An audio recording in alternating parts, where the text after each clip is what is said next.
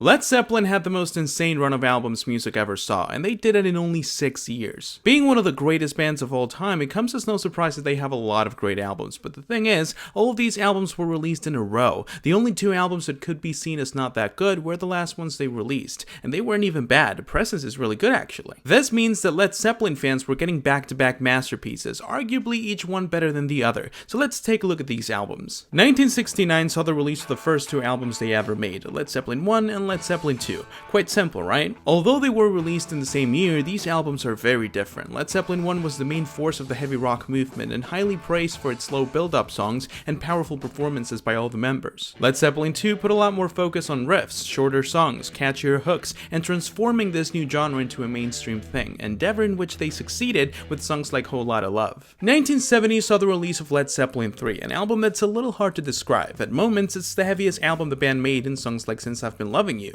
but overall the sound palette is a lot more acoustic. 1971 gave us the album that for many is not only the best by the band, but perhaps the best album ever made, Led Zeppelin 4. Similar to the third, this album has a lot of variety, with each song showing a different side of the band. Whether that is their storytelling properties in the Battle of Evermore, being rock and roll purists in the song Rock and Roll, skilled folk musicians in Going to California, or even progressive rock pioneers in Stairway to Heaven. This is as far as the self-titled albums go, but the band was far from over, because 1973 saw the release of my favorite album by the band, Houses of the Holy, and I know a lot of you will disagree with me. Remember what I said about them aiming for progressive rock in the previous album? Well, they capitalized on that sound here, creating some of my favorite songs by the band, like The Ocean and The Song Remains the Same. There's also a lot of variety in this album. It was so good, I thought there was no way to top it, but 1975 came about, and with it the best album by the band, and perhaps one of the best albums of all time, Physical Graffiti. Physical Graffiti is a combination of everything the band had made up until that point. The band's chemistry in the first album, the catchy riffs in the second, the acoustic properties of the third, the legendary status of the fourth, and the progressive build-up of Houses of the Holy,